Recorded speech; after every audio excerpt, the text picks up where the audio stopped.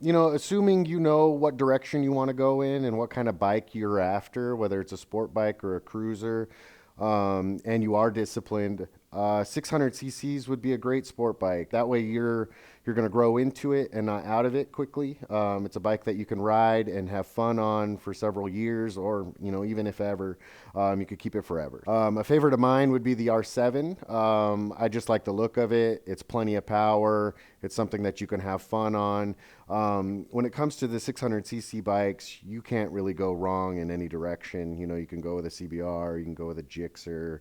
If you're really fancy, you can go with a Triumph or a Ducati or something like that. If you're looking at a cruiser, and you're more disciplined on a cruiser, you can go with a little size because the bike's only going to go as fast as you're going to take it, right? You have to be the one to twist the throttle, so you can go with something similar to, like a Indian Scout offers 100 horsepower and it's 530 pounds. So that's a relatively small frame, lightweight, easy to handle, easy to ride, but it's going to give you a ton of power. It's going to give you a six gear. So if you're on the highway and you're cruising for long periods of time, you're taking a little less stress off that bike. Which is cool. If you're going to go the adventure bike, you have a ton of different options in that regard.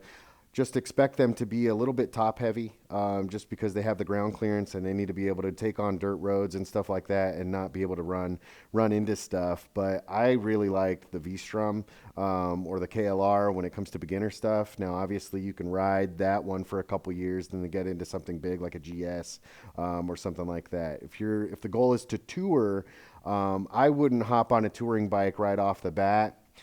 Try to find something with some luggage and some size that you can still tour with and have a lot of stuff with it, to be able to take it across the state.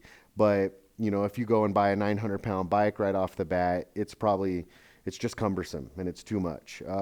So there's a lot of different directions that you can go that will work you toward a full-blown touring bike. You can get a bike with saddlebags and a windshield and then graduate to something with a trunk and a fairing at some point and be okay.